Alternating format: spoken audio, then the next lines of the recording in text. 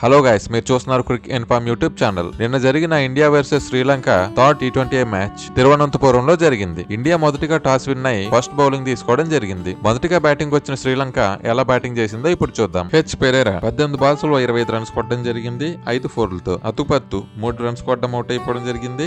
దులాని 27 runs కొట్టడం జరిగింది. అలాగే డిసెల్వా 4 రన్స్, దిల్హారి 20 రన్స్ కొట్టడం జరిగింది. అలాగే నత్యాగాన 19 రన్స్ కొట్టడం జరిగింది. ఓవరాల్ గా 20 ఓవర్స్ లో శ్రీలంక ఉమెన్ 112 రన్స్ కొట్టడం జరిగింది, 7 వికెట్ల నష్టానికి. ఇండియా బౌలింగ్ ఎలాగేసారో ఇప్పుడు చూద్దాం. రేణుకా సింగ్ 4 వికెట్లు తీసుకున్నారు. అలాగే దీప్తి శర్మ 3 వికెట్లు తీసుకోవడం జరిగింది. 113 రన్స్ టార్గెట్ లో దిగిన ఇండియా ఉమెన్ ఎలా బ్యాటింగ్ చేశారో ఇప్పుడు చూద్దాం. ఇండియా ఉమెన్ ఓపెనర్ చూసుకుంటే షఫాలి వర్మ 42 బాల్స్ లో 79 రన్స్ కొట్టడం జరిగింది. 11 ఫోర్లు 3 సిక్స్లతో చెలరేగిపోయి మరీ బ్యాటింగ్ ఆడడం జరిగిందని షఫాలి వర్మ ఒంటి చేయితోనే భారతదేశాన్ని గెలిపించడం జరిగింది. లాస్ట్ లో వచ్చిన కెప్టెన్ కౌర్ 21 రన్స్ కొట్టి షఫాలి వర్మకి తోడు నిలవడం జరిగింది. ఫైనల్ గా ఇండియా 2 వికెట్ల నష్టానికి 117 రన్స్ కొట్టడం జరిగింది. ఫైనల్ గా ఇండియా 8 వికెట్లు మిగిలి ఉండగానే శ్రీలంక ఉమెన్ పై విజయం సాధించడం జరిగింది. ఇండియా ఈ సిరీస్ ని 3-0తో ఇండియా కైవసం చేసుకోవడం జరిగింది. ఇంకో 2 మ్యాచ్లు ఉన్నాయండి. ఒకవేళ శ్రీలంక ఉమెన్ తమ పరువు నిలబెట్టుకోవాలనుకుంటే ఈ 2 మ్యాచ్లు గెలవాల్సి ఉంటుంది. క్లీన్ స్వీప్ చేయాలనుకుంటే ఇండియా 2 మ్యాచ్లు గెలిస్తే